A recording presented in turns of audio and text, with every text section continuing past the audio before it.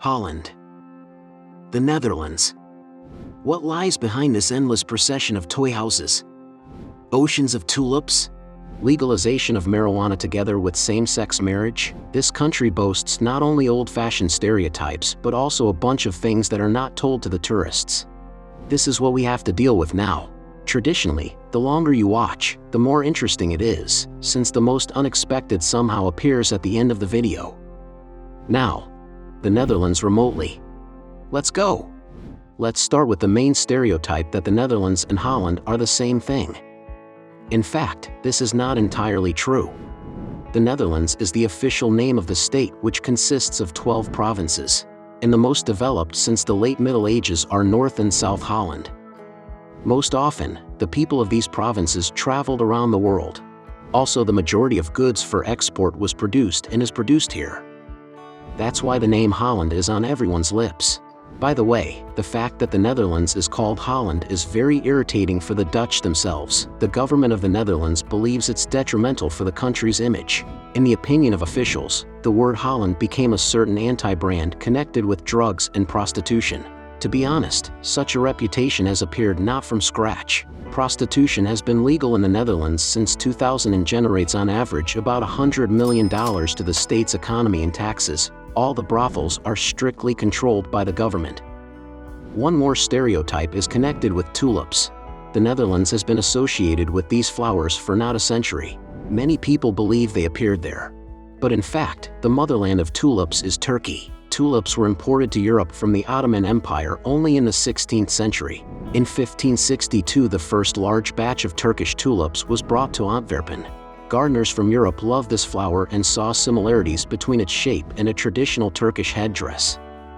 They named it tulipin from tuliband, Turkish turban. Nowadays, the Netherlands is considered to be the biggest producer and exporter of tulips in the world. It's not just tulips, 75% of the world's flower bulbs come from the Netherlands. Generally speaking, the motherland of flowers is being changed by globalization as everything else in our life. Flower business tycoons are growing flowers mostly in Africa, Asia, and Latin America.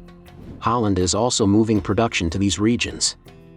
However, it's still the world's leader in flower trade. At the same time, the number of imported goods is increasing. The exception is flower bulbs. They are still being produced in the country in large quantities. Small farms, for which this has been a traditional occupation for several generations, sell up to 10 billion tulip bulbs in a good year. That's 70% of all tulip production in the world. Flowers are sold at the Flower Exchange Floor Holland, which has been trading flowers for over half a century. It includes 5,000 companies that are growing flowers. Trades carry out through the auction clock that show an actual price of a particular lot instead of time. Trades last less than a minute. As soon as the buyer sees a reasonable price, he presses the button to stop trades. That is just the tip of the iceberg, where the underwater part is giant hangars with huge refrigerators, special rails, and electric cars which scurry along this ocean of flowers. Now let's fast forward to the city streets. What will an ordinary person do if he sees that it's raining? They'll grab an umbrella before going outside. Meanwhile, the Dutch don't do it, choosing raincoats. After all, you can't ride a bicycle with an umbrella. This is the Dutch's favorite mode of transport. There are more bicycles than dwellers here. 18 millions vs 17 millions. During the Second World War, the German army confiscated a large number of bicycles from Holland. In return, the Dutch have been joking with German tourists till this day. Give us back our bikes. Despite the craze in cycling, the Netherlands are hitting record highs as a country with the lowest level of injury during the ride. Commuting by bike in a state of intoxication is strictly punishable by law, along with riding without a flashlight at night. Bikes are popular also because the weather doesn't really prevent people from bike rides. Apart from the rain, there's practically no severe frosts, so to ride a bike all year round. Here it is, as the saying goes, God himself commanded. Well, once a rare winter comes and all the rivers are frozen, then they organize a famous 11 cities skating marathon extending 200 kilometers. Skates are also one of their oldest traditions. Whatever we think about the super advancement and development of the Netherlands, they can be called a country of villages with a clear conscience. In spite of the highest population density in Europe, it's easier to meet a villager here than a city dweller. Well, how else, if there are only 60 towns in the country, with only 4 of them being big cities? but there are as many as 479 villages at the same time, hence another state's achievement. The Netherlands are among leaders in exporting agricultural products. They are only ahead of China, the USA, and Germany. Also, this country is a worldwide leader in exporting seeds, living trees, and plants in general. For example, it sells seeds for a couple of $2 billion per year, while it doesn't supply the market with seeds of genetically modified products. But such agroabundance was not always like that. The output has increased so much due to the new agricultural policy of the country, which it adopted 2 decades ago, twice as much food using half as many resources. Since 2000, farmers have reduced water consumption for irrigation up to 90%. They have almost completely eliminated the use of chemical pesticides on plants in greenhouses, and since 2009, Dutch poultry and livestock producers have cut their use of antibiotics by as much as 60%. From a drone's view, you can see unusual structures resembling giant mirrors which are shining in the daylight and emitting strange inner light at night.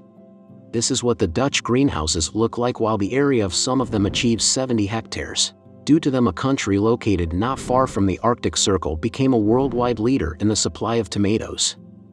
The Netherlands is also considered to be the best potato and onion supplier and the second largest vegetable producer in the world. The country owes its achievements in agriculture to the Wageningen University, which is considered to be the best agro-industrial research institute in the world. This university is a key element of Food Valley, where technological ag-tech startups and experimental farms are developing. In this case, the agricultural future of the Netherlands is taking shape not in the boardrooms of big corporations, but on thousands of modest family farms. Moreover, it's the lowest country in Europe. 26% of its area is below sea level. Around 60% of the population live less than 5 meters above sea level. And the lowest point in the country, Zuidplasbolder, less than 7 meters. Certainly, most of the territory is protected by levees. For example, the country's main airport, Schiphol, which serves millions of passengers per year. But what about people? People in the Netherlands are also peculiar. To begin with, its citizens are considered to be the tallest people in Europe. The average height of a Dutch man is 1 meter 84 centimeters, and of a Dutch woman, around 1 meter and 70. Scientists explain this feature as both genetic predisposition and high level of nutrition and healthcare in the country. According to the researchers, consumption of large amounts of dairy products plays an important role, and also the fact that the Netherlands is constantly at the highest positions in the ratings of the happiest countries in the world. Young citizens are particularly pleased with their country. According to the study by Statistics Netherlands, 94% of teenagers aged 12 to 18 years old claim that they are very pleased with the conditions in which they live. Neither sexuality education, which will be discussed next, nor marijuana legalization, which every resident of legal age can buy in the coffee shop close to home, doesn't prevent them from being happy. But you can get a severe penalty for selling drugs to minors. While those who buy weed in the coffee shop are only entitled to use it in the amount of 5 grams per person. You can grow no more than 5 cannabis plants for personal use at home as well. For all that, level of marijuana consumption in the Netherlands is one of the lowest in Europe. The same is with a drug mortality rate, 8 cases per million citizens. For instance, in the UK this rate is 50. The Dutch attitude to religion is also interesting. Most of them are atheists, about 40%. 30% are Catholics and 20%, including the royal family, are Protestants. Most Protestants live in the north. This region even got an appropriate name, Bible Belt. The inhabitants of these regions are famous for their religious conservatism. They are very serious, reserved. All their life is subject to strict order, and they don't like visitors. Tourists coming to the Netherlands are strongly recommended not to visit these regions. By the way, there is one very interesting tradition that is related to excessive religiosity. In the Netherlands, it's not accepted to close the curtains. It is believed that it has appeared due to the commitment of citizens to Protestantism. This is how faithful Dutch people show that they have nothing to hide, and their lifestyle corresponds to Christian moral principles.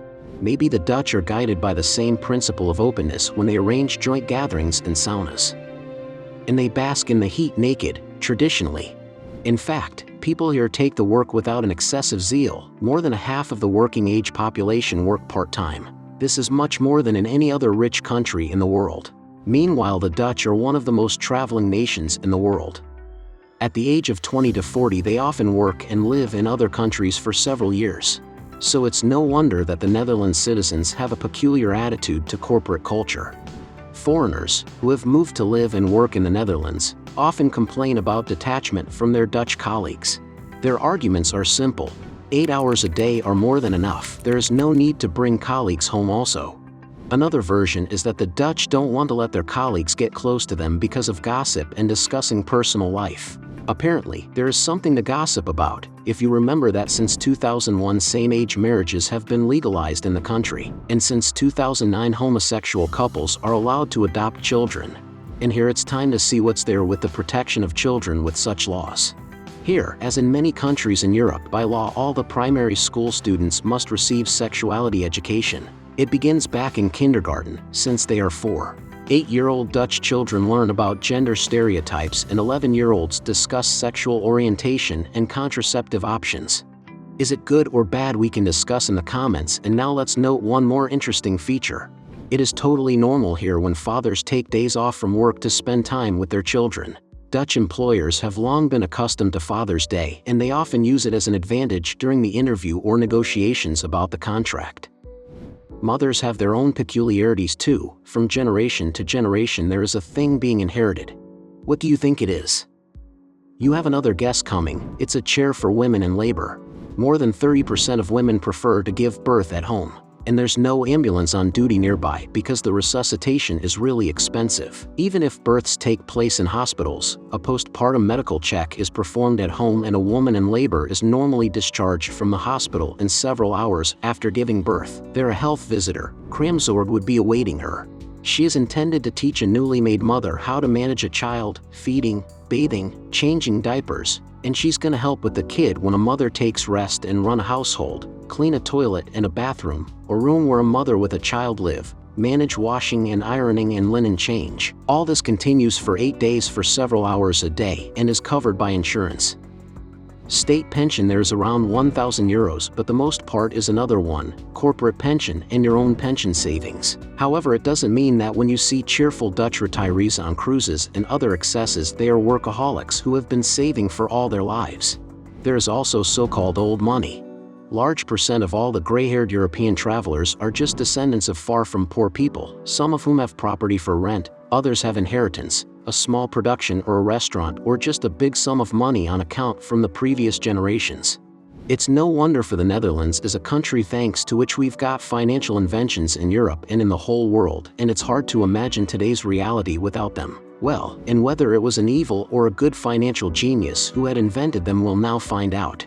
In 1602 the Amsterdam Stock Exchange, which is considered the oldest in the world, was founded. Holland left a mark in geographic names around the whole globe. For example, New York was founded as Dutch colony and originally was called New Amsterdam. Also, the Dutch were the first Europeans to set foot on the lands of Australia and New Zealand. Australia was called New Holland then, and New Zealand got its name after the province Zeeland, which is located within the Netherlands. As many as 3 Caribbean islands, Bonaire, St. Eustatius, and Saba, are still parts of the Netherlands. Inhabitants of these islands are the full citizens of this country and have the right to take part in elections in the European Union. In fact, that historic time when Holland had significant world influence is very interesting and instructive. Well, for instance, that only is this historic moment. Many of you have heard such a term, East India Company. But not each of you knows that there were a few of them: British, Danish, Portuguese, French, Austrian, Swedish. So that's when the Netherlands moved forward as an advanced maritime and colonial European power. It was the Dutch East India Company that became one of the largest in the world. It was a state within the state. She possessed not only the monopoly of foreign trade, but also the rights to negotiate international trade treaties, navigation, duty-free transportation of goods to the metropolis, establishment of trading posts, fortified coastal fortresses, conduction of the proceedings, maintaining the armed forces and the navy.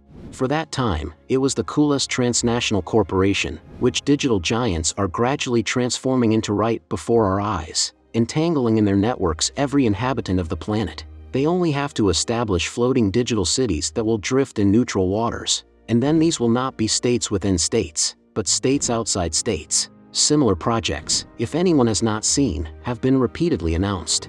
Those who watched our previous videos carefully have most likely realized now why in the Western scientific community there has been a sharp increase in interest in the history of these East India Company's megacorporations of their time, which were often much stronger and more influential than individual countries, although they acted formally in the interests of the country in which they were established. The Dutch East India Company was governed by a board of directors of 17 people, and in 1602 it became the first equity firm in the world, as it suggested its founders to be severally liable for the ship's fate, and of course, to get a share of the profits from new lands, treasures and spices, which were valued in Europe at a premium. After all, only one ship out of 3 returned home, while the rest became victims of force majeure, pirates, storms, and so on. However, a successful trade voyage made huge profits. Thus, the percentage of a shareholder's possible profit depended only on the amount of his contribution, the measure of which was the world's first shares. Until 1644, dividends were paid in kind, imported goods, mostly spices, in the future, in cash. By 1669, the company was the richest private firm in history, including over 150 commercial ships, 40 warships, 50,000 employees, among them 25,000 employees in Asia and 3,000 employees in the Netherlands, and a private army of 10,000 soldiers. The company took part in the political disputes of the time along with the states. So, in 1641, on her own, without the help of the Dutch state, she knocked out her competitors, the Portuguese, from Indonesia. For this, armed groups from the local population were created at the expense of the company. Moreover, in a number of colonial territories, the company had the right to mint coins. But, of course, the history of Holland is not limited to the East India Company. Everything's there: betrayal of monarchs, civil wars, capital flight, higher taxes, and hence higher prices. But that's a topic for a different video. Or, for example, the external public debt, which is trendy now and was fully functional 300 years ago. The Dutch were the first to realize that their debt could be traded, and traded profitably. Or here's another scheme. Imagine a bank that accepts deposits, issues bonds to borrowers, and pays interest, let's say 6% a year. Borrowers meet annually and receive interest throughout their lives. If one of them dies, then his share is divided among the survivors.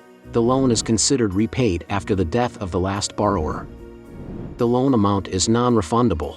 According to this scheme, every year it is enough to have a 6% reserve for the payment of the entire debt, and the rest of the money can be used for any purpose. And here's another one. Investing in English national debt bonds at 8% per annum, and in the meantime issuing Dutch national debt bonds at 4% per annum.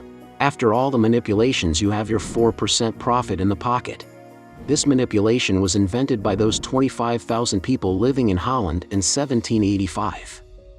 Among them, approximately 5,000 were engaged in banking and investment activities.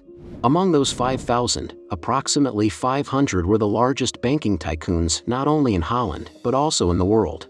These 25,000 people in Holland were divided into 2 groups, Sephardim and Ashkenazim. At the end of the 18th century, Ashkenazim had more business with France and Germany, Sephardim with England and the USA.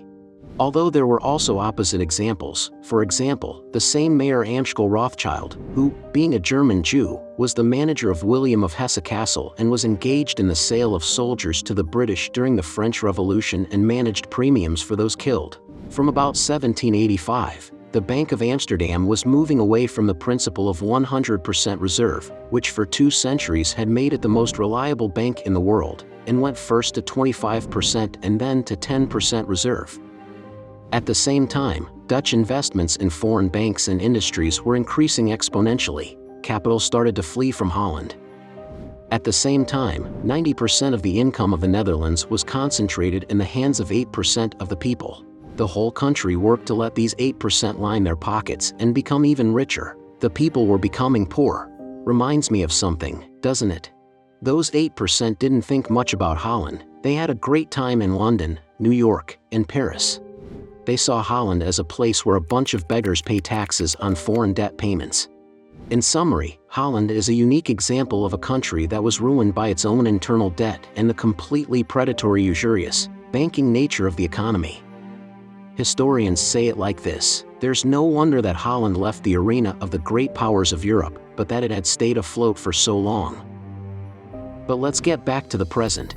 The Netherlands, being a country of contrasts, managed to leave a trace in the development of modern technologies. It is known that in 2011 the Dutch city of Eindhoven got the status of the world's leading center of scientific discoveries.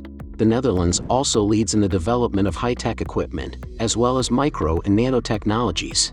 Approximately 94% of the population of the Netherlands uses the internet. This is the highest rate in the world. It was Dutch companies that invented CD, Wi-Fi, and Bluetooth. Anyway, rather contradictory phenomena intertwine miraculously in the Netherlands. As a country of free morals, supposedly, with super advanced technology, legalized prostitution and soft drugs, the Netherlands remains in some ways a very traditional and even puritanical country. That's all for now. Maybe the end of the world should start from this country? Or, on the contrary, do they have something to teach us? Let me know in the comments, what facts about the Netherlands surprised you the most? Thank you for rating this short and, hopefully, objective overview, and see you in the next videos.